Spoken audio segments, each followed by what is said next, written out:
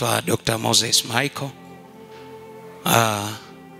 Namshukuru Mungu kwa kuniokoa na kunifanya kuwa niwe sehemu ya timu ya familia ya Mungu. Bwana Yesu asifiwe. Tutakuwa na wakati mzuri wa kwenda kujifunza neno la Mungu linalobeba ujumbe unaozungumza na unaosema Mungu mwenye uwezo wa kuhitimisha na kuanzisha upya tena. Mungu mwenye uwezo wa kuhitimisha na kuanzisha upya tena. Bwana Yesu asifiwe. Ni Mungu pekee ambaye amejifunua kwetu kama mwanzo na ni mwisho, Alfa na Omega. Ndiye Mungu tunayemwabudu. Haleluya. Anasema ni Mungu mwenye uwezo wa kuhitimisha na kuanzisha upya tena. Inawezekana amewahi kuhitimisha kwako, lakini leo anasema tena ana mpango wa kuhitimisha. Inawezekana amewahi kuanzisha upya kwako, lakini leo anasema tena ana mpango wa kuanzisha upya tena. Mimi sijui ni kitu gani ambacho Mungu anatamani akihitimishe, lakini akikusudia wakati huo anzishe kwa upya. Sijui ni kitu gani. Inawezekana ikawa ni ndani ya mtu mmoja mmoja, inawezekana ikawa ni ndani ya familia, inawezekana ikawa ni ndani ya kanisa, inawezekana ikawa ni ndani ya taifa, lakini anazungumza ndani ya mwezi huu kuna jambo Mungu anataka afanye la kuhitimisha na jambo la kuanzisha kitu upya. Haleluya. Haleluya. Ujumbe wetu utatoka katika maandiko ya kitabu kile cha Yohana sura ile ya 5. Yohana sura ya 5.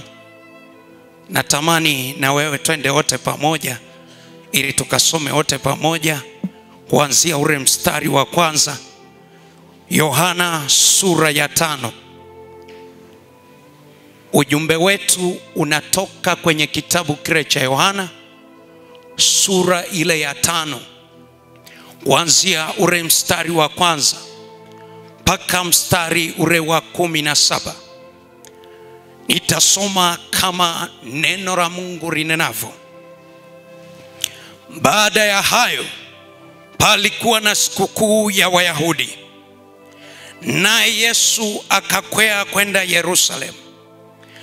Na huko Yerusalemu penye mlango wa kondoo pana birika iitwayo kwa Kiebrania Bethesda, nayo ina matao 5.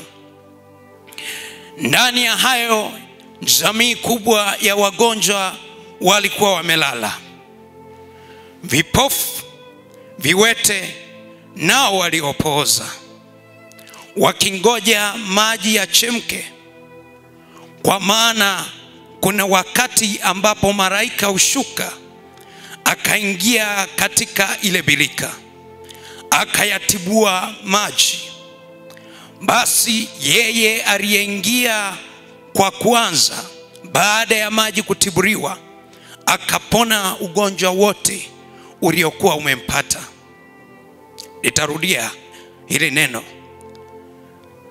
Basi yeye aliyeingia wa kwanza baada ya maji kutiburiwa akapona ugonjwa wote uliokuwa umempata.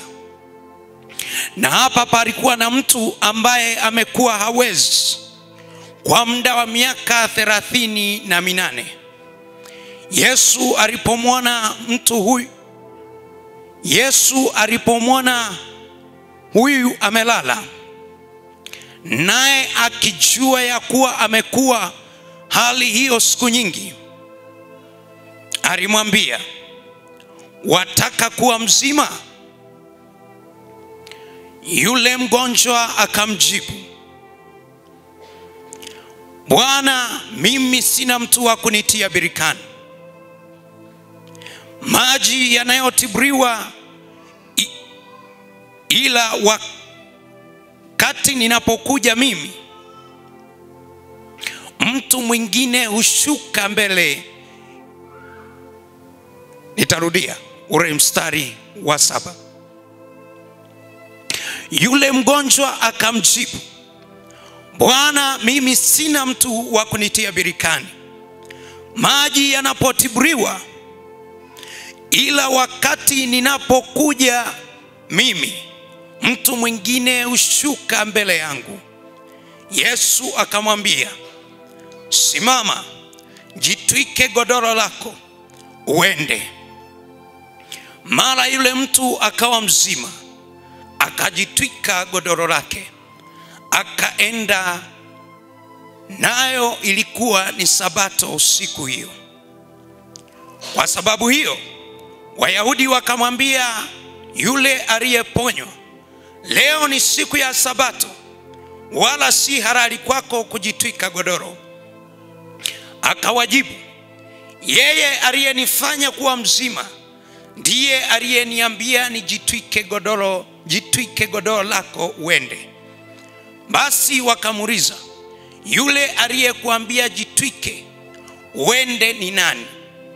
Lakini yule mtu aliyeponywa hakumjua ni nani, maana Yesu alikuwa amejitenga, kwa sababu palikuwa na watu wengi mahali pale. Baada ya hayo Yesu akamkuta ndani ya hekalu, akamwambia, angalia, umekuwa mzima, usitende dhambi tena, lisije likakupata jambo lililo baya zaidi. Yule mtu akaenda zake, akawapasha habari Wayahudi ya kwamba ni Yesu aliyemfanya kuwa mzima. Kwa sababu hiyo Wayahudi wakamuuzi Yesu, kwa kuwa walitenda hayo siku ya Sabato. Akawajibu, Baba yangu anatenda kazi hata sasa, nami ninatenda kazi. Amen. Bwana Yesu asifiwe. Kama tulivyosema, ujumbe wetu ni juu ya Mungu mwenye nguvu na mwenye uwezo wa kuhitimisha na kuanzisha upya tena. Naomba kabla ya kwenda mbele kidogo, tuweke sawa juu ya maneno haya. Neno kuhitimisha lina maana gani? Lakini neno kuanzisha upya lina maana gani? Tunapozungumza habari ya kuhitimisha,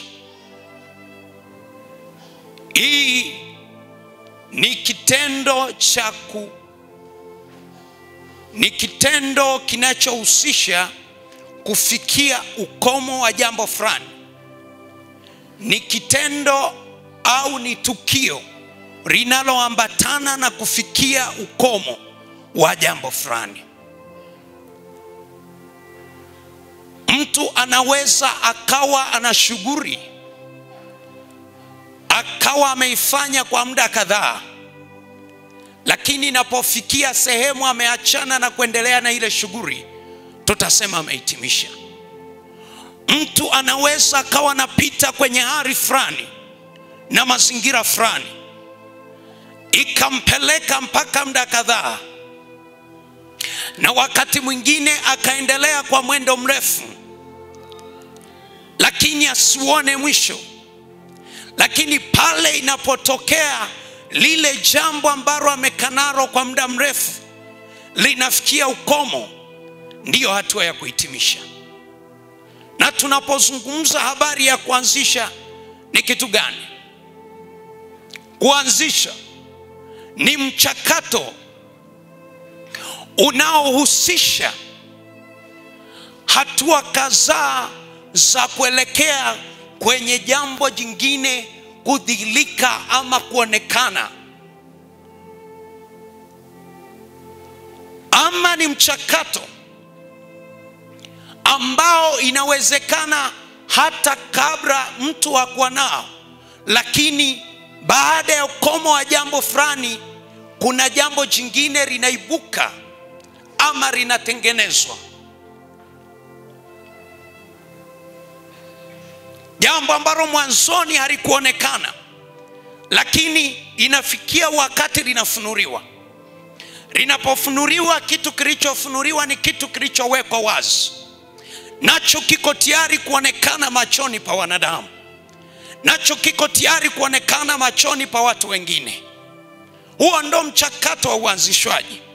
Kuna michakato mingi katika uanzishwaji, lakini tutaenda kujifunza zaidi kulingana na jinsi ambavyo mwandishi anatuambia juu ya jambo hili la ajabu ya mtu aliyekaa mahali pabilika kwa muda wa miaka 38.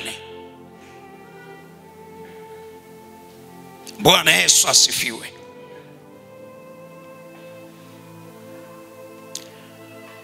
Katika maandiko haya kuanzia Yohana hii sura ya kwanza mpaka ule mstari wa kwanza mpaka ule mstari wa 17, jambo la kwanza ambalo tunaanza kukutana nalo, tunaanza kukutana na picha ya eneo ambalo linaitwa mlango wa kondoo.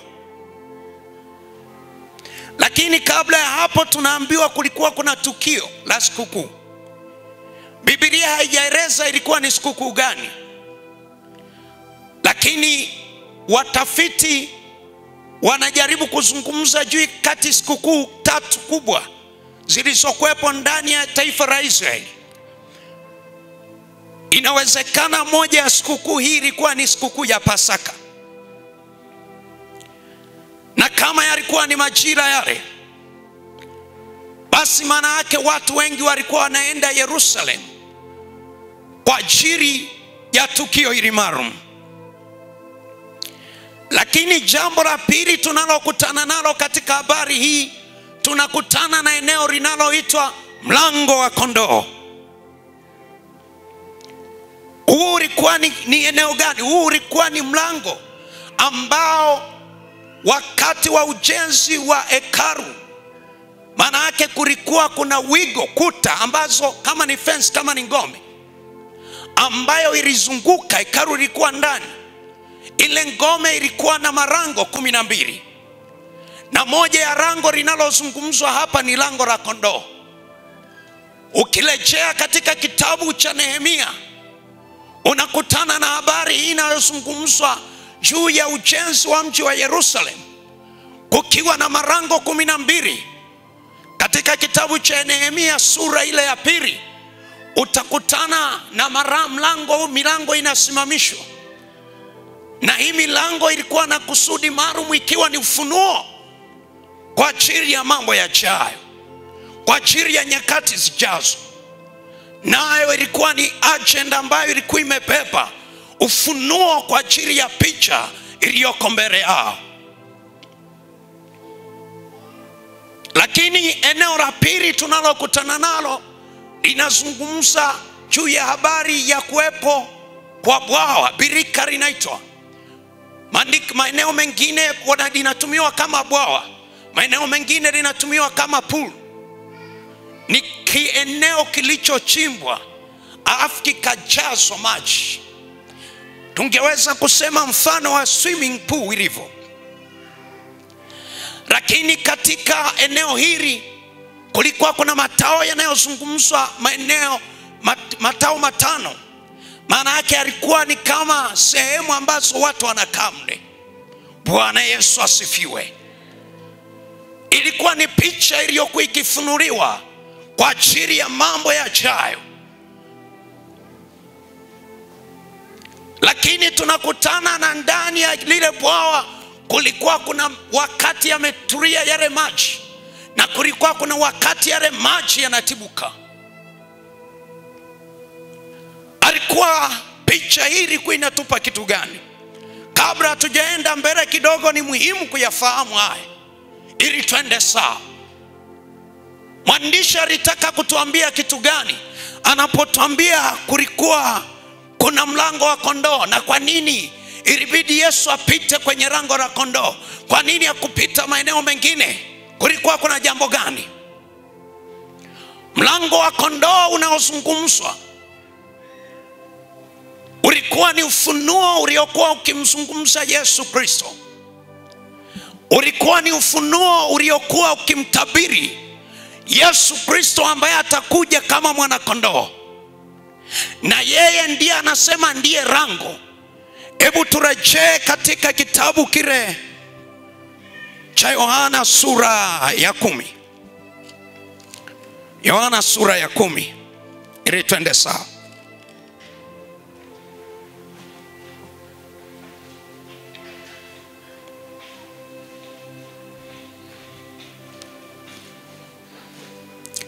Bwana Yesu asifiwe. Yohana sura ya 10 anasemaje? Mstari ule wa 9 inasema hivi: mimi ndimi mlango, mtu akiingia kwa mimi ataokoka, ataingia na kutoka, naye atapata malisho. Ukianzia ule mstari wa kwanza utakutana na habari. Tusome ule mstari wa kwanza. Yesu akawaambia, amini amini nawaambieni, yeye asiyeingia mlangoni katika zizi la kondoo, lakini akwea penginepo, huyo ni mwivi, naye ni mnyang'anyi. Aingiaye mlangoni ni mchungaji wa kondoo. Bawaba humfungulia huyo, na kondoo humsikia sauti yake, naye huwaita kondoo wake kwa majina yao na kuwapeleka nje. Ukiendelea kusoma hiyo habari mpaka ule mstari wa 9 unakuta Yesu anajitambulisha yeye kama nani. Anazungumza juu ya habari za mlango uliozungumzwa katika kitabu cha Nehemia. Yesu anakuja akijifunua yeye ndiye mlango wa kondoo, na yeye ndiye lango la kuingilia, yeye ndiyo lango la kutokea. Anaamua kutafuta mahali gani apate kuingilia. Anasema nitaenda kwenye eneo ambalo mimi nimekwisha kunenewa. Lakini anapozungumza juu ya habari ya bwawa, maji yaliyotiburiwa, alitaka tuone siri au wakilisho wa Roho Mtakatifu, ambaye akimaanisha maji yanapotibuka maana yake ni maji ambayo yako active, maana yake ni Roho Mtakatifu katika utendaji wake. Ukirejea katika kitabu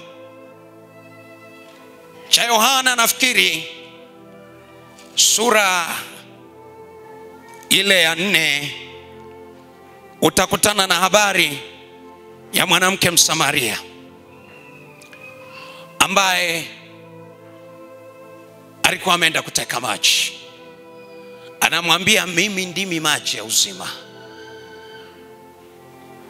na yeye alipokeaye mimi atakayepata maji haya, chemichemi ya maji yatiririkayo itaanzishwa kwake. Alikuwa anazungumza maji yaliyoko kwenye movement, maji yanayotembea, maji ambayo hayajatulia. Na Yesu anajifunua kama maji.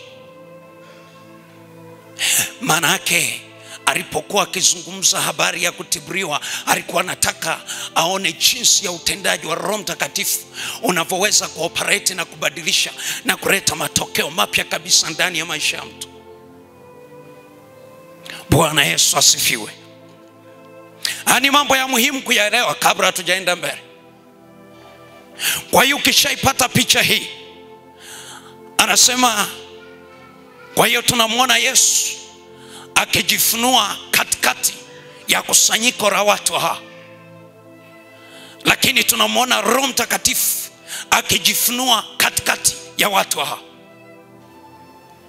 Na sio tu Roho Mtakatifu aliye katika utendaji. Bwana Yesu asifiwe. Baada ya hapo tunakutana na eneo la tatu ambalo ni watu ama wagonjwa ambao walikuwa wakiletwa kwenye lile eneo. Tunaambiwa ni wagonjwa waliokuwa katika makundi matatu. Kundi la kwanza anawazungumza wagonjwa ambao walikuwa ni viwete. Kundi la pili alikuwa anawazungumza wagonjwa ambao ni vipofu. Na kundi la tatu alikuwa anawazungumzia wagonjwa ambao wamepooza. Kwa lugha nyingine ningesema wamepata, kwa Kiswahili cha sasa tungesema ni wagonjwa waliokuwa katika shida sugu ya kiharusi ama stroke. Bwana Yesu asifiwe. Na ninaweza tukayatumia mazingira haya tukayaleta katika picha ya mazingira ya sasa, kwamba haya yalikuwa ni mazingira gani. Tunaweza tukaichukua picha, ni eneo ambalo watu walitakiwa wapate huduma. Inaweza ikawa hospitalini, watu wamelazwa, wako mawadini, lakini wanasubiri uponyaji, wanasubiri afya zao zitengemae. Tao sehemu za kupumzikia, lakini vile vile wakiwa katika kutarajia huduma ziendelee. Bwana Yesu asifiwe. Haleluya. Sasa baada ya kuyaona mambo hayo ya muhimu na ya msingi, hebu twende kwenye kiini chetu ambacho cha ujumbe wetu ambacho tungeenda kukiangalia kwa upana zaidi. Mambo muhimu ya kuzingatia wakati Mungu anapotaka kuhitimisha na kuanzisha upya tena.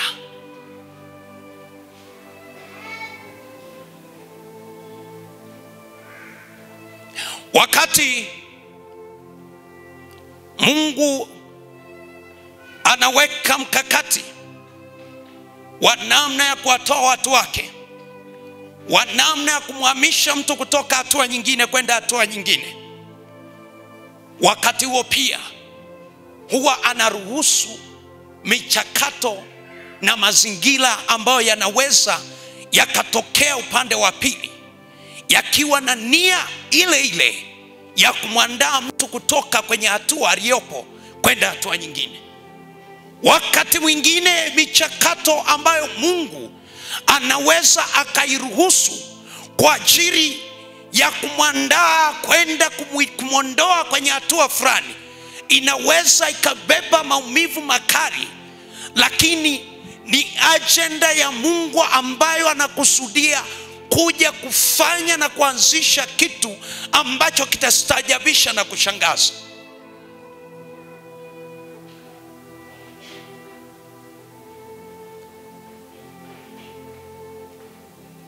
Wakati nikiwa katika kutafakari kwa nini waliamua kuchagua makundi haya matatu ya wagonjwa ndio waende kwenye ile birika, nilipokuwa katika kutafakari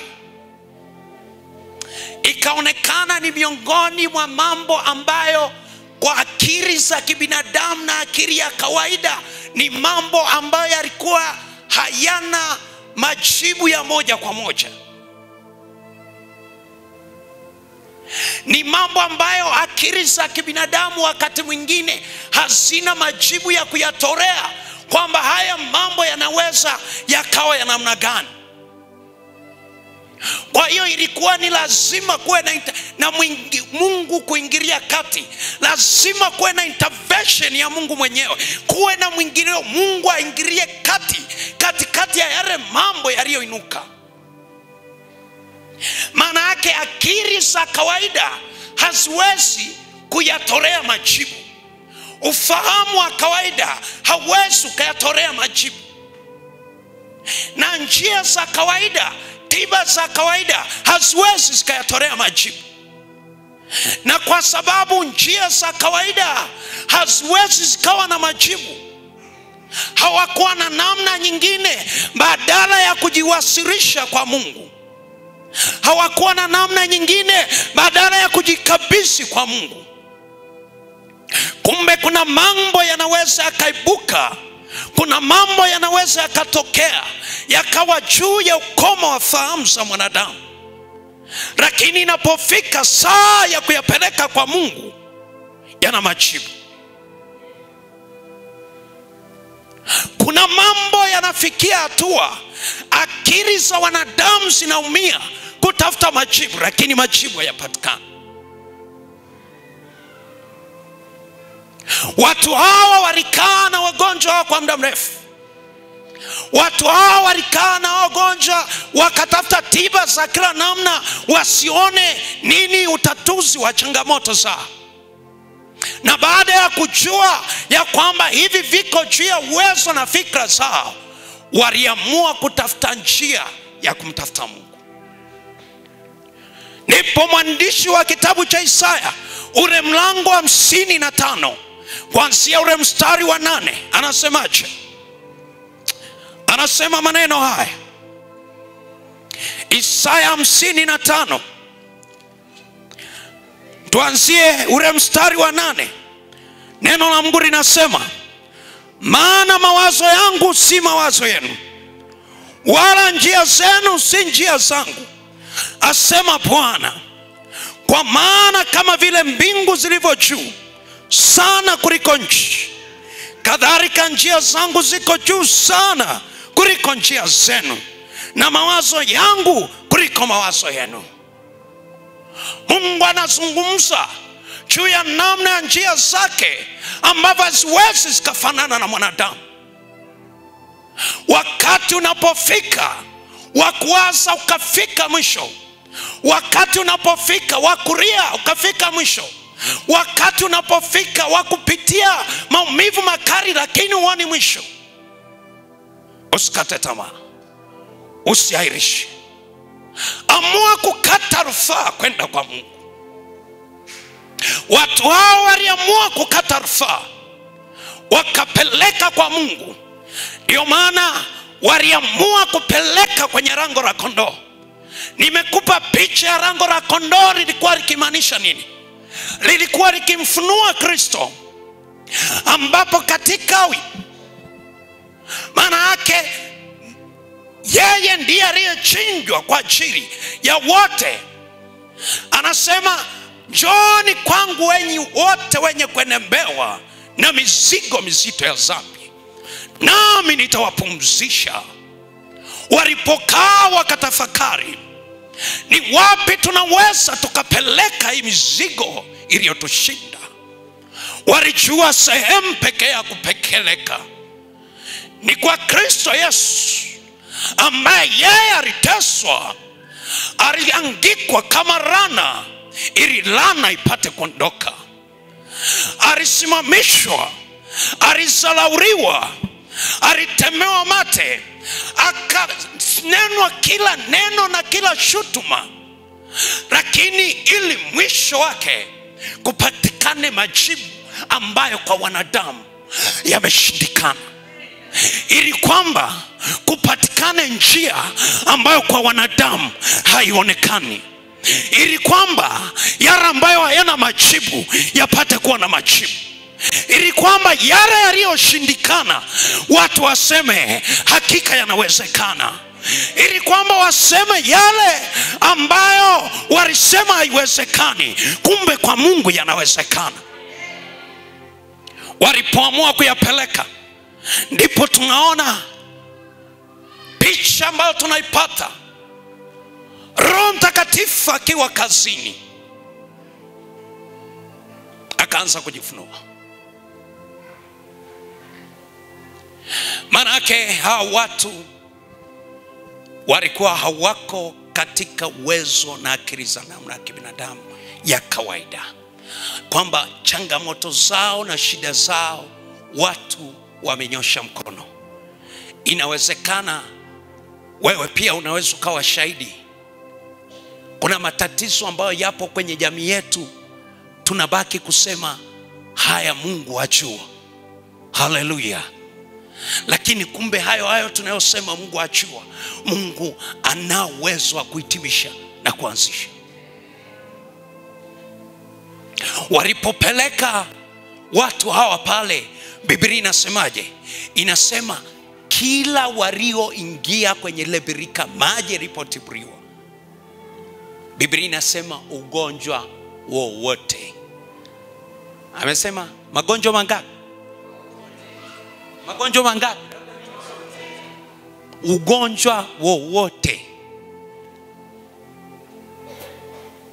Maji yaliyotibiriwa ni kitu gani? Nilisema maji yaliyotibiriwa ni inawakilisha, inamfunua Roho Mtakatifu katika utendaji. Bwana Yesu asifiwe. Roho Mtakatifu anapokuwa kazini, yote yanawezekana. Yote yanawezekana. Nikwambie mtumishi wa Mungu, mtake Bwana na nguvu zake. Mtafute Roho Mtakatifu kwa shauku na wivu mkubwa. Mtafute Roho Mtakatifu kwa shauku na wivu mkubwa. Kwa sababu jukumu la kuratibu limekaimishwa kwake. Jukumu la kuisha na kutengeneza limekaimishwa kwake. Tunarejea katika kitabu cha Mwanzo, tunamkuta Roho Mtakatifu akiwa ametulia juu ya uso wa nchi, juu ya green, juu ya uso wa maji. Na baada ya hapo tunaona kulipokuwa na neno, maana yake kulikuwa kuna kumuingiza Roho Mtakatifu kazini, kukaanza kudhihirika kwa vitu. Hebu rudi kumtafuta Roho Mtakatifu. Nyakati tulizonazo sio nyakati za kukaa kama ulivyo. Nyakati tulizonazo ni nyakati za kuona wivu wa kujawa na nguvu za Mungu. Katika mambo haya msingi, tumesema mambo ya kuzingatia wakati Mungu anapoenda kuhitimisha. Jambo la kwanza, hakikisha unakaa ama utoki kwenye chanzo cha nguvu zako. Hakikisha unakaa ama utoki kwenye chanzo cha nguvu zako. Bwana Yesu asifiwe. Hebu tusome ule mstari wa 5. Yohana sura ile ya 5 mstari ule wa 5, kama inavyonena. Bwana Yesu asifiwe. Tunamwona, tunaporudi kwenye habari hii, tunamkuta mtu huyu aliyekaa katika hali ya kupooza kwa muda wa miaka 38. Akiwa katika hali ya kupooza, lakini bado aliendelea kukaa kwenye lile bilika kwa kipindi cha muda wa miaka 38. Mstari wa 5 unasema hivi: na hapa palikuwa na mtu ambaye amekuwa hawezi muda wa miaka 38. Amekaa kwenye eneo ambalo aliamini kwake kutapata majibu pasipo kutoka, akijua na kutarajia kwamba nitapata majibu kwa muda wa miaka 38. Amekaa na tatizo kwa muda wa miaka 38. Toka alipolipata tatizo, akapelekwa kwenye eneo aliloambiwa kuna majibu juu ya tatizo lako.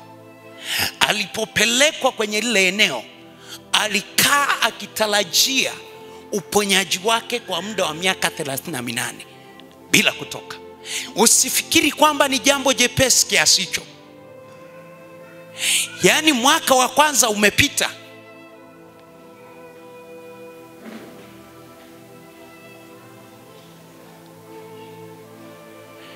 Nikisema hapa watu wenye miaka 40 kwenda juu, nafikiri ni wachache zaidi kuliko watu wenye miaka 38 kushuka chini. Sasa utagundua kuwa ni umri mkubwa, ni muda mrefu.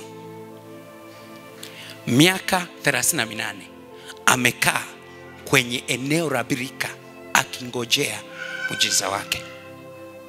Sasa ufanye nini? Anasema hivi: kwa hiyo ili Mungu anapokuwa kwenye mchakato wa kuja kuhitimisha juu ya mazingira ambayo unapitia, juu ya changamoto ambayo kwako unaona haina majibu, juu ya kilio ambacho umekaa nacho kwa muda mrefu, juu ya jambo ambalo kwako unaona haliwezi, usioni kama kuna majibu juu ya hili. Haijalishi umekaa, haijalishi hilo jambo lina muda gani, lakini jambo la msingi ni kuhakikisha uko kwenye chanzo cha nguvu, uko kwenye chanzo cha uponyaji wako, uko kwenye chanzo cha majibu yako. Hebu turejee kwanza katika kitabu kile cha Efeso. Mwandishi wa kitabu cha Efeso sura ile ya 6, wa Efeso sura ya 6. Unaweza ukanisaidia kusoma wa Efeso sura ya 6? Wa Efeso sura ya 6 ule mstari wa 10, neno la Mungu linasema hivi: hatimaye mzidi kuwa hodari katika Bwana na katika uweza wa nguvu zake. Hatimaye mzidi kuwa hodari katika Bwana na katika uweza na nguvu zake. Anazungumza neno hili, anataka kutuambia kitu gani?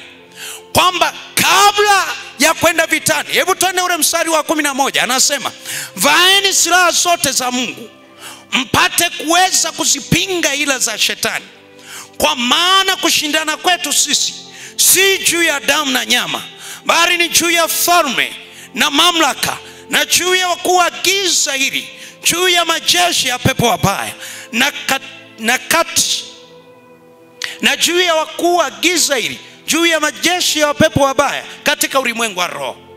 Kwa sababu hiyo twaeni silaha zote za Mungu mpate kuweza kushindana siku ya uovu, na mkisha kuyatimiza yote kusimama. Haleluya. Anazungumza jambo hili kwamba kabla, mbele yako kunapokuwa na vita, mbele yako kunapokuwa na changamoto, mbele yako kunapokuwa na mazingira huyaelewi, jambo la kwanza sio kuingia vitani. Jambo la kwanza sio kwenda kupambana. Jambo la kwanza sio kuinuka kwenda kupigana. Jambo la kwanza anahimiza na kuweka msitizo, jambo la kwanza ni kuwa hodari katika uweza na nguvu za Mungu. Jambo la kwanza kabla ya kwenda vitani sio kuchukua silaha. Jambo la kwanza kabla ya kwenda vitani sio kwenda kukimbia kwenda kupigana. Jambo la kwanza kabla ya kwenda vitani ni jambo la kufanya maandalizi ya kujitathmini wewe na chanzo cha nguvu zako ikukoje. Kabla ya kwenda kupigana, swali la kwanza kujiuliza, uwezo wako na jitihada zako na vita vyako unavimudu kwa viwango gani, na unategemea nini ili upate kuvishinda? Kabla ya mambo yote, ndipo mwandishi wa kitabu cha Efeso anatuambia jambo la kwanza ni kuwa hodari. Jambo la kwanza ni kuwa hodari katika mambo gani? Anazungumza mambo mawili ya muhimu. Anasema ni kuwa hodari katika uweza wa nguvu za Mungu. Jambo la kwanza anasema ni kuwa hodari katika Bwana na katika uweza na nguvu zake. Maana yake jambo la kwanza ni kumkaribia Mungu na kushika kushikamana naye, wewe uwe sehemu ndani ya Kristo. Maana yake nini? Ndipo mwandishi wa kitabu cha Yohana sura ile ya 15 anasema hivi, kaeni ndani yangu nami ndani yenu, mkisha kuyatimiza yote hayo, ombeni lolote mtakalo. Swala la kwanza halipo kwenye majibu yako, ila swala la kwanza lipo ni wewe umekaaje. Jambo la kwanza lipo jinsi namna gani utashinda. Jambo la kwanza lipo wewe namna gani umekaa ndani ya chanzo chako cha nguvu. Baada ya kulielewa hili, mtu huyu aliendelea kukaa kwenye lile birika akitarajia wokovu wake, akitarajia mjiza wake, akitarajia uponyaji wake, bila kuyumbishwa na jambo lolote. Amekaa mwaka wa kwanza akitarajia. Siku ya kwanza maji yametiburiwa, lakini akitarajia uponyaji. Hakuona kama ilivyokuwa. Mwezi wa kwanza ukapita, mwezi wa pili ukapita, hatimaye mwaka wa kwanza ukapita, hatimaye mwaka wa pili, miaka 5 ikapita, miaka 10 ikapita, miaka 15 ikapita, miaka 20 ikapita, miaka 30. Hata ulipofika mwaka wa 38, wakati akiwa kwenye chanzo chake, ndipo wakati Yesu anamtokea tena, hamjui.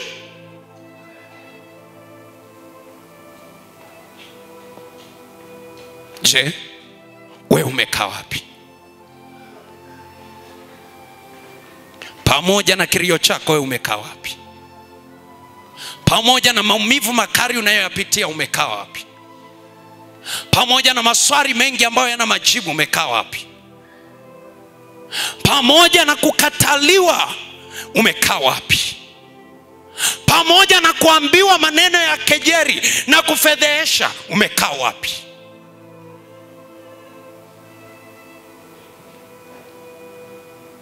Kabla hujaanza kwenda vitani, hakikisha kwanza umekaa ndani ya Kristo. Hakikisha kwanza umekuwa hodari. Neno hodari linalotumika ni kuvuka kiwango kisicho cha namna ya kawaida. Yaani ni kufanya jambo kwa namna na jitihada zisizo katika kiwango cha kawaida. Tunaposema kuwa hodari ni kufanya na kuwajibika au kufanya jambo kwa namna isiyo ya kawaida. Ingekuwa kwa watumishi wa umma, kuna eneo moja wanapopewa score za utendaji wao kazi, kuna eneo ambalo wanaambiwa kama uonekane wewe ni mfanyakazi hodari, umefanya kitu ambacho kiko nje ya majukumu yako. Yaani nje ya ujuzi wako na nje ya kawaida yako, umefanya zaidi ya kawaida ulivyotakiwa kufanya. Na hapo ndipo unapotengeneza CV na sifa ya kuingia kwenye eneo la uhodari. Je, ni kwa namna gani umemtegemea Mungu wako? Ni kiwango cha kawaida kama watu wa kawaida? Ni kwa namna gani umemtafuta Mungu? Ni kwa kiwango kile kile? Nikwambie, wale wanaofanya kawaida wote wako katika level moja katika hii dunia, lakini wale wanaofanya visivyo vya kawaida ndiko wako kwenye top. Bwana Yesu asifiwe. Bwana Yesu asifiwe. Ukitaka Mungu akutofautishe, kubali na wewe kutoka kwenye kawaida uanze kufanya kwa namna tofauti. Haleluya. Wakati utakapotaka Mungu akutofautishe na watu wengine na mazingira mengine na vitu vya kawaida, ni lazima ukubali kutoka kwenye kawaida kwenda kwenye hali ambayo sio ya namna ya kawaida ambayo dunia inaishi. Dunia inaishi kwenye level ya namna ya kawaida, ila wachache ambao wameamua kutokuishi kwenye level ya namna isiyo ya kawaida ya dunia ndio wako juu. Haleluya. Ndipo mwandishi anasema jambo la kwanza ni kuwa hodari katika uwezo na nguvu zake. Baada ya kuwa hodari, jambo litakalofuata, utatengeneza na utaruhusu nafasi ya uungu ambao umenenwa, ninyi ni sura na mfano. Sura ya uungu kudhihirika na kumbika ndani yako. Ile sura inapodhihirika ndani ya mtu, maana yake ni mamlaka kamili, ni uwezo kamili wa kimungu katika utendaji ambao una operate ndani ya mwanadamu. Na unapofikia hatua ya uungu kuanza kuoperate ndani ya mwanadamu, wewe unahama kwenye kawaida ya kuwa mwanadamu, unaingia kwenye, ndipo wanaozungumzwa, hamjui ninyi kuwa ndiye miungu wa dunia hii. Hauwezi ukaingia kwenye revo ya kuwa miungu wa dunia hii wakati unaishi kwenye revo za kibinadamu wa kawaida. Ni lazima uamue kutoka kwenye revo ya kawaida. Wakati unapohama, ndivyo wakati unaanza kuona udhihirisho wa kiungu pamoja na nguvu zake. Ndipo anaposema vaeni, mkisha kuyatenda hayo, vaeni silaha sasa. Maana yake anaenda vitani sio mtu wa kawaida. Anaenda vitani ni mtu ambaye amepitia training maalum. Anaenda vitani ni mtu ambaye amefuzu mafunzo ya kimungu kwa namna isiyo ya dunia. Ni jeshi ambalo ni la mtu mmoja, lakini sio yeye, ila ni Mungu anatenda kazi ndani yake. Na ndio maana Mungu analitazama kanisa kama mtawala wa dunia hii. Na wakati Mungu analitazama kanisa kama mtawala wa dunia hii mwenye kufanya maamuzi, kanisa linalia kwa sababu alijajua wakati mwingine mamlaka ambayo Mungu ameachilia. Ndipo Biblia inasemaje? Kwamba nami nitalijenga kanisa juu ya mwamba huu, wala malango ya kuzimu hayatarishinda. Maana yake nini? Maana yake kuna vita ambayo tayari ipo duniani. Umeletwa duniani tayari kuna vita, na hivyo vita vimetangazwa kama malango ya kuzimu. Ni nani mwenye kubadilisha? Kanisa limeletwa kama jeshi lenye mamlaka yote, jeshi lenye nguvu zote na uwezo wote wa kubadilisha taswira ya kidunia na kuileta taswira ya kimbingu ishuke duniani, na hatimaye wajue yupo Mungu amuaye, yupo Mungu mwenye majibu kwa yale ambayo yana majibu, yupo Mungu ambaye wakati dunia inalia, kanisa linakata rufaa, linaenda mbele za Mungu, linamwambia sisi sio wa kawaida ya dunia hii. Wakati dunia inataka kutupeleka, lakini tunajua tunaweza tukaugeuza upepo, tunaweza tukabadilisha hali ya hewa. Maana mimi sio mtu wa kawaida, kanisa sio la kawaida, ni kwa sababu asili yake imeunganika na Mungu. Kanisa ndiyo jeshi pekee linaloweza kupigana miaka 1000 mbele wakati lipo leo. Majeshi yote duniani yana uwezo wa kupigana vita ambavyo wanawaona adui zao. Wana uwezo wa kupigana vita vinavyoibuka wakati huo. Hakuna jeshi lenye uwezo wa namna kidunia linaloweza kupigana vita vya miaka 10. Haleluya. Jeshi pekee lililopewa neema ya kupigana vita vya mbeleni hata kabla ya kufika ni kanisa. Haleluya.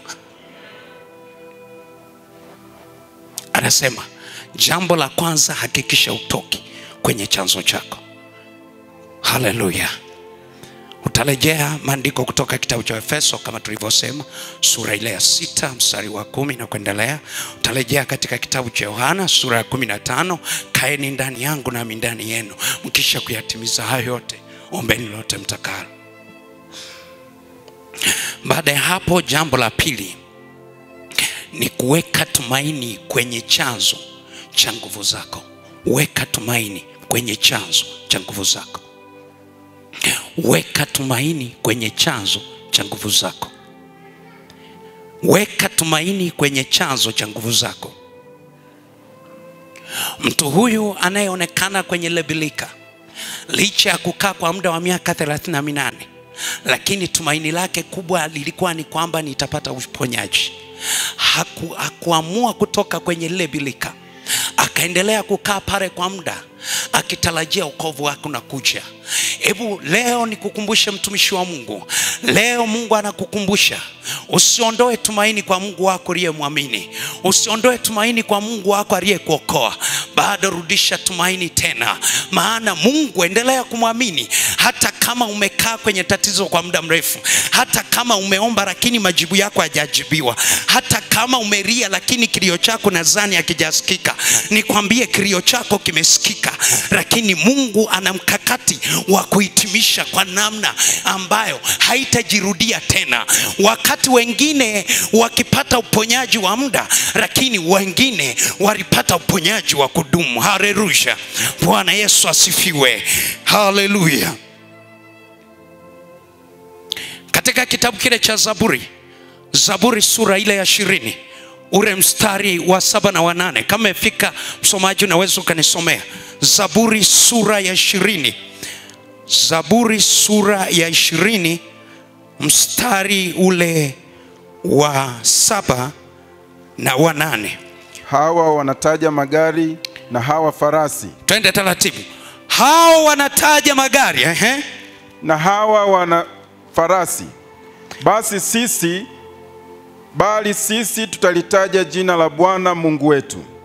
Wao wameinama na kuanguka, bali sisi tumeinuka na kusimama. Haleluya. Mpigie Bwana makofi. Haleluya, haleluya. Oh Jesus.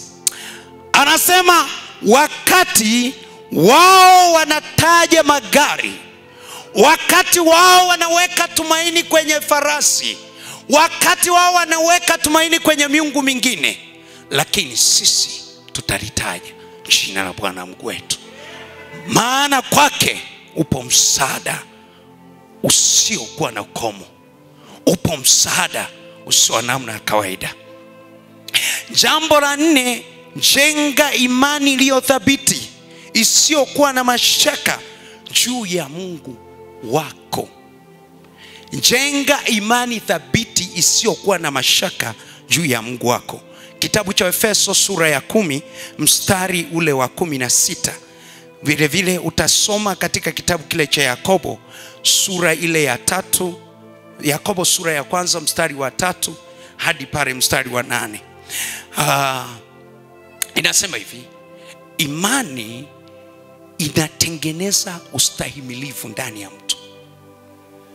Unapoiweka imani ndo jicho la kuona mbali. Unapoweka imani juu ya Mungu wako, maana yake unatoa nafasi ya kujiunganisha katika Kristo Yesu kwa namna ambayo itatengeneza ustahimilivu ambao utakuvuta kwenda kwenye hatima. Bwana Yesu asifiwe. Bwana Yesu asifiwe. Lakini jambo jingine la muhimu, epuka kukata tamaa. Epuka kukata tamaa. Wakati Mungu yuko kwenye mchakato wa kwenda kuhitimisha jambo ambalo umekanaro kwa muda mrefu na kwa kipindi kirefu, epuka kukata tamaa. Biblia inasema unapoona unazimia wakati wa jaribu, ujue nguvu zako ni chache. Na kama ni chache, ufanye nini? Turudi kwenye kitabu cha Efeso. Anatuambia tuwe hodari katika uweza na nguvu zake. Ndio maana nikakwambia msingi wa kwanza kabisa ni kuhakikisha umekuwa hodari katika nguvu na uwezo wa Bwana. Utakaposimama katika hivyo, maana yake utakaa katika nguvu ambayo hata kama kuna mazingira na kizuizi kinachokatisha tamaa, utaendelea kwenda mbele. Bwana Yesu asifiwe. Bwana Yesu asifiwe. Unaweza ukajiuliza juu ya huyu mtu, alitumia mbinu gani? Alitumia mbinu gani kuweza kuvumilia? Biblia inasema Yesu alipomtembelea na kumkuta, akamuuliza, wewe unahitaji kupona? Anatupa picha ya ajabu sana. Anasema kila nikijaribu kwenda kwenye lile bwawa, maji yanapotiburiwa, mtu mwingine alinitangulia mbele yangu. Bwana Yesu asifiwe. Maana yake nini? Maana yake alikuwa na jitihada akizifanya kila itwapo leo. Maana yake kama ni kuomba, alikuwa anaomba kila itwapo leo. Maana yake ameomba kwa muda wa miaka 38. Maana yake kama ni kufanya kazi, amefanya kazi kwa muda wa miaka 38 lakini hana majibu. Maana yake kama ni kutafuta, ametafuta kwa muda wa miaka 38 lakini hajapata bado. Bwana Yesu asifiwe. Katikati ya mazingira hayo ufanye nini? Biblia inasema akaendelea kubaki kwenye chanzo, akaendelea kukaa pale bwawani. Hakuchoka kwamba nimetosha, kila ninapotaka kwenda mtu mwingine anaingia, sasa mimi nimegairi, naomba niondoke. Bali aliendelea kusimama mahali pale. Kumbe ili uendelee kusimama, ili usipate kuchoka, hakikisha unaendelea kukaa katika uwepo wa Bwana. Utakaaje katika uwepo wa Bwana?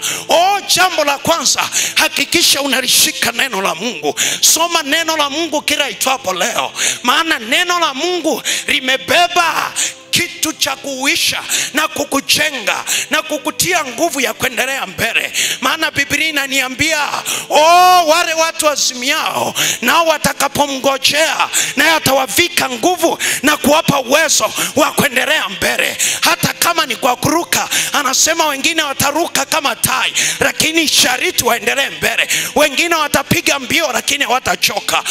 Kumbe kuna nyakati za kuchoka, lakini unaambiwa usichoke. Ili usichoke, lazima uhakikishe upo kwenye uwepo wa Bwana. Lakini jambo la msingi nililokuwa nikitafakari, huyu mtu kama alikaa kwa muda wa miaka 38, maana yake nini? Maana yake kama maji yalikuwa yanatiburiwa kila siku, maana yake sawasawa na kwamba huyu mtu amejaribu kuinuka kwenda kuingia kwenye yale maji mara 13,870. Maana yake ukichukua miaka 38 ukizidisha kwa siku 365, utapata hesabu inayokwambia ameinuka mara 13,870. Yani amekatishwa tamaa mara 13,870. Wewe umekatishwa tamaa mara ngapi? Unaambiwa neno moja alafu naacha huduma. Unaambiwa neno moja alafu naacha wokovu. Wamekaa wamenijadili. Unaambiwa neno moja kwenye familia yako, unamzira mmeo, unamzira mkeo. Yeye alikatishwa tamaa mara 13,870 na hakuacha, akaendelea. Wewe ni mara ngapi? Na kama ilikuwa yale maji yanatiburiwa kwa wiki, basi alikatishwa tamaa mara 1976. Mara 1976 amekatishwa tamaa. Wewe umekatishwa tamaa mara ngapi? Yani kwa wiki tukio litokee mara moja. Kwa wiki tukio litokee mara moja. Hakukata tamaa mpaka mara 1976. Wewe ni mara ngapi? Una miaka 12 kwenye ndoa, lakini unataka kunyosha mkono. Wenzio wamekaa miaka 38. Umepita kwenye maumivu kwa muda wa miaka kadhaa. Kuna wengine wamepita zaidi ya hiyo. Rudi kwenye chanzo. Hallelujah. Anasema na kama alikatishwa, na kama maji yalitiburiwa kwa mwezi, basi alikatishwa tamaa mara 456 kila mwezi. Yani tukio litokee mara moja kwa mwezi. Yaani changamoto zinazokusibu zitokee mara moja kwa mwezi, afu naona Mungu amekuacha. Shida sio kwamba Mungu amekuacha, shida chanzo kimetindika. Rudi kwenye chanzo. Na kama maji yalikuwa yanatiburiwa mara moja kila baada ya miezi 6, basi huyu mtu alikatishwa tamaa mara 76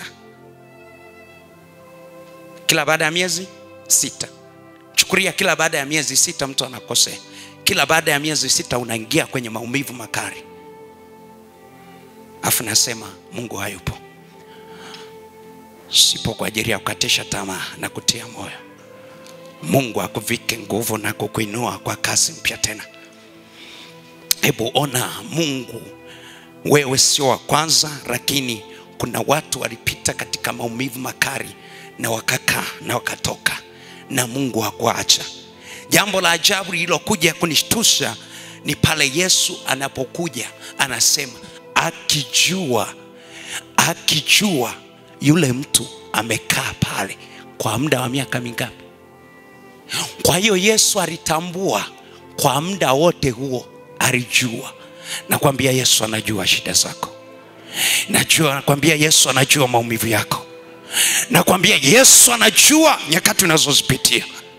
Nakwambia Yesu anajua kwamba unahitaji upate mtoto. Yesu anajua kwamba unahitaji afya yako imarike. Yesu anajua kwamba unahitaji utoke hapo ulipo kwenda hatua nyingine. Sio kwamba fahamu.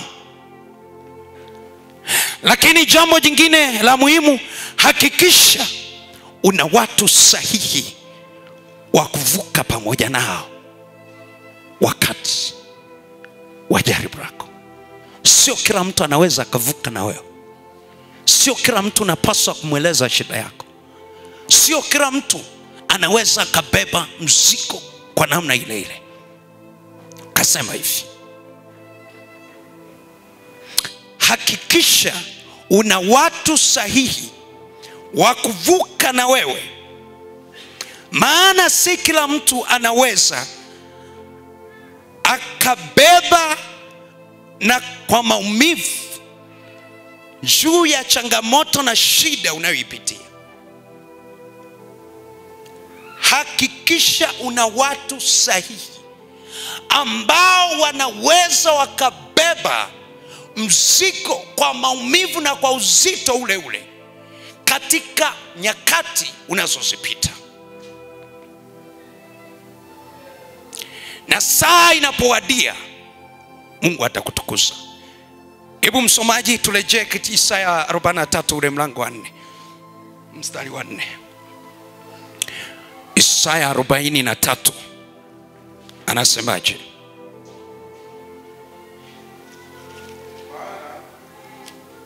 Maana mimi ni Bwana Mungu wako mtakatifu wa Israeli, Mwokozi wako. Nimetoa Misri kwa ukombozi wako, nimetoa Kushi na Seba kwa ajili yako. Kwa kuwa ulikuwa wa thamani machoni pangu na mwenye kuheshimiwa. Ulionekana wa thamani machoni pangu, na mwenye kuheshimiwa, Nami nimekupenda. Nami nimekupenda. Kwa sababu hiyo nitatoa watu kwa ajili yako. Kome hapo. Kwa sababu hiyo nitatoa watu kwa ajili yako. Mungu anapotaka kukuvusha sehemu, anaandaa watu. Anaandaa watu. Lakini sio kila mtu, ila anaandaa watu. Sio kila mtu. Sio kila mtu atatumiwa kwa ajili ya kuvusha, lakini Mungu atatumia watu kukuvusha. Mungu anapotaka kuhitimisha jambo ambalo umekanalo kwa muda mrefu, anatumia watu. Na Mungu anapotaka kuanzisha jambo jipya, anatumia watu. Anamwambia Yakobo, anamwambia mtu huyu, leo anaongea na wana wa Betheli. Anamwambia saa imewadia na wakati umefika. ya kwamba Mungu atainua watu kwa ajili yenu. Mungu atainua watu kwa ajili yako. Mungu atainua watu kwa ajili ya mahali ulipo utoke kwenda hatua nyingine. Hallelujah. Lakini epuka kumwekea Mungu mipaka namna ya kuachilia wokovu kwako. Katikati ya mtu yule aliyeambiwa jitwike godoro, kulikuwa kuna watu wengine wenye shida kama hizo, ila wao macho yao na jitihada zao walijua uponyaji wao uko katika maji. Hawakujua kuna nyakati Yesu atawatembelea. Hallelujah. Waliweka mipaka kwamba uponyaji wao uko kwa namna ile. Na kuambia Mungu usimwekee mipaka. Mungu ana njia nyingi za kutokezea. Usitegemee njia moja ya namna ambayo wewe umejiwekea kwamba Mungu ndivyo atakavyokutokea. Hapana, Mungu hatendi kazi hivyo. Ndio maana akasema njia zangu sio kama njia zenu na mawazo yangu sio kama mawazo yenu. Usitarajie wokovu kutoka kwa mtu fulani tu. Kuna nyakati Mungu ataachilia wokovu kupitia mahali ambapo kupatarajia. Usitarajie kwa namna ambayo wewe umejiwekea mipaka. Acha kumwekea Mungu mipaka. Lakini jambo la pili, jambo jingine, chukua hatua ya kwanza hata kabla ya kuona matokeo. Yule mwenye kupooza alikuwa katika hali ya kutokuweza, hawezi kuinuka. Anasema hakuna mtu wa kunibeba. Lakini katikati ya mazingira yale hakuna mtu wa kumbeba. Lakini tunaona alipoambiwa inuka, hakuanza kusema mimi siwezi, ila tunamwona anaanza kujinua kwa mazingira yale yale. Na wakati anaanza kujinua, ndipo wakati mifupa ikaanza kutiwa nguvu, ndipo wakati misuli ikaanza kutiwa nguvu. Wakati anajaribu kunyanyuka, anaona mwili unakubali, anaona misuli inakubali, akaendelea kunyanyuka. Lakini baada ya hapo, kesi ya pili ilikuwa ni kwamba je, nitaweza kulibeba godoro? Anashangaa alipoinuka, anajiona kumbe sasa nimesimama, kumbe sasa niko fiti. Anasema hebu tena nijaribu kutimiliza kile nilichoambiwa, maana nimeambiwa nijitwike godoro, lakini ninaona mwili ni dhaifu. Siwezi kubeba godoro. Lakini hakumwambia, bali alilibeba lile neno, afa akaringisha kwenye matendo, akaanza kunyanyua godoro. Anashangaa godoro inanyanyuka, anashangaa godoro inanyanyuka, na baadaye akaanza kupiga mbio mpaka hekaluni, anaanza kumtukuza Mungu. Hallelujah. Acha uwe tayari. Jambo jingine, uwe tayari.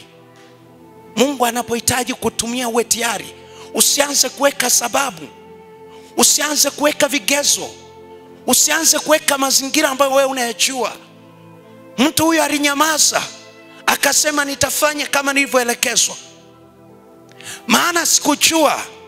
Mwandishi wa kitabu cha Yohana sura ya kwanza ule mstari wa 12 anasemaje? Mtumishi wa Bwana tusomee. Anasema katikati yenu yupo msiyemjua. Maana yake Yesu alikuwa katikati yao, lakini hawakumjua. Hebu tusomee hilo andiko kidogo. Yohana wa kwanza 12. Sura ya kwanza 12. Bali wote waliompokea aliwapa 17.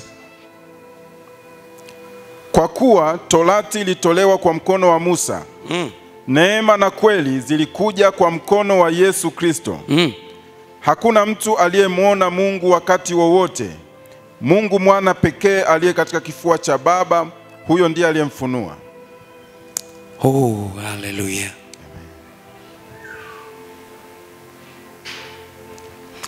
Amina.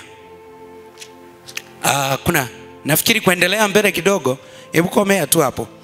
Ukiendelea mbele kidogo hapo, anasema katikati yenu yupo msiyemjua. Katikati yenu yupo msiyemjua. Anawaelekeza, maana yake Yesu alikuwa katikati yao, na wakati yupo katikati yao, lakini hawakutambua ndiye mwenye mamlaka ile ile ambayo walikuwa wanaitarajia. Walitarajia maji yaliyonenwa, yeye ndiyo maji ya uzima. Walitarajia uponyaji kutoka kwenye mazingira yale, yeye ambaye vile vilivyokuwa kama kivuli, sasa yupo yeye. Hakikuwa kivuli tena, bali alikuwepo yeye mwenyewe. Na kwa mazingira hayo hawakujua. Hebu jambo jingine, mwambie Mungu akupe macho ya kutambua na kuona uthamani wa vile vinavyokuzunguka. Yes, ulikuwa ni mstari wa 10. Yohana wa kwanza mstari wa 10. Alikuwako ulimwenguni, hata kwa yeye ulimwengu ulipata kuwako, wala ulimwengu haukumtambua. Bwana Yesu asifiwe.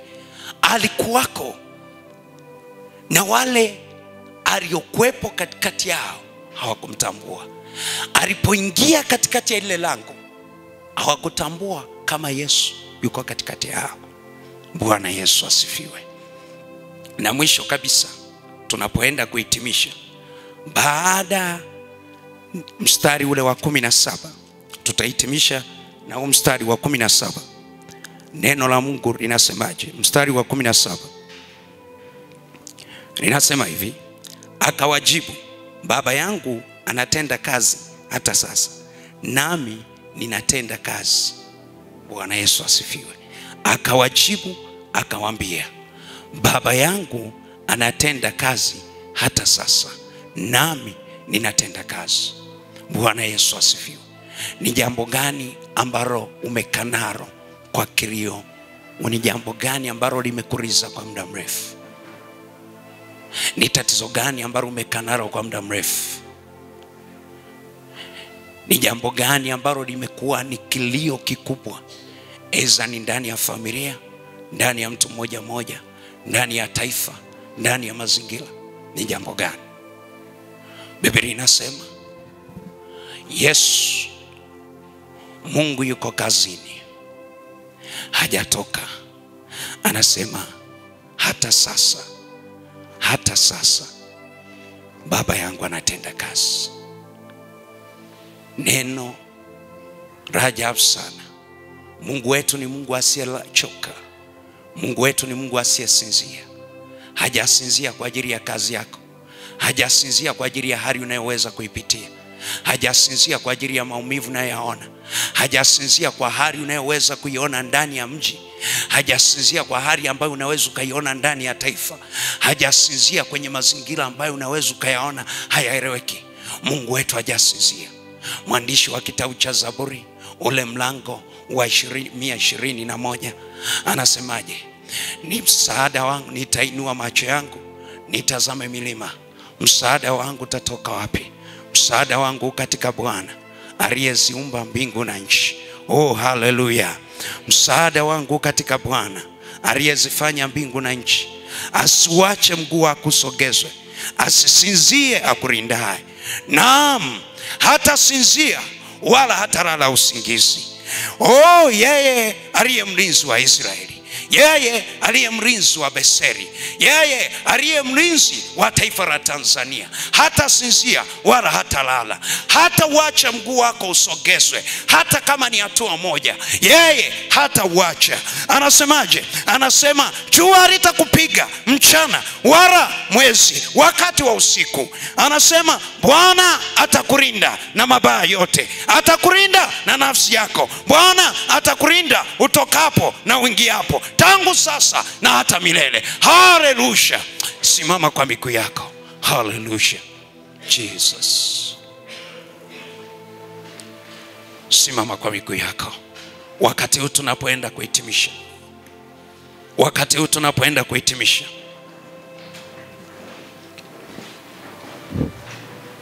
Tumeona mambo kadhaa. Mungu anapoweka mkakati wa kuhitimisha, na Mungu anapoweka mkakati wa kuanzisha jambo jipya. Kasema jambo la kwanza, hakikisha uko kwenye chanzo. Jambo la pili, hakikisha unaweka imani thabiti kwake. Jambo la tatu, Nasema hakikisha umebeba utayari. Lakini jambo la tatu, hakikisha ukate tamaa. Maana Mungu hafanyi kazi na watu waliokata tamaa. Mungu anafanya kazi na watu walio tayari kuendelea mbele. Hata kama wanaona mbele hakupitiki ya kuendelea, anasema yuko tayari kufanya kazi na watu wa namna hii. Je, ni mazingira gani ambayo yamekutabisha? Je, ni mazingira gani ambayo yamekukatisha tamaa? Huyu mtu yeye alikaa kwenye maumivu kwa muda wa miaka 38. Je, wewe tatizo lako umekaa nalo kwa muda gani? Ni mara ngapi umegeuza hata kumlalamikia Mungu hakusikii? Leo ninakukumbusha, Mungu amesikia maombi yako. Mungu amesikia maombi yako ambayo umekukiria kwa muda mrefu. Amenituma nikukumbushe mchana wa leo kwamba liko jambo lilolia kwa muda mrefu, lakini sana majira yamewadia. Liko jambo ambalo umekuwa ukiomba kwa muda mrefu, lakini sana majira ya kuhitimisha na kuanzisha historia nyingine mpya imewadia. Wakati yule mtu akiwa katika hali ya kupoza kwa miaka 38, lakini saa ilipowadia hakuyakumbuka maumivu aliyokaa nayo kwa muda wa miaka 38.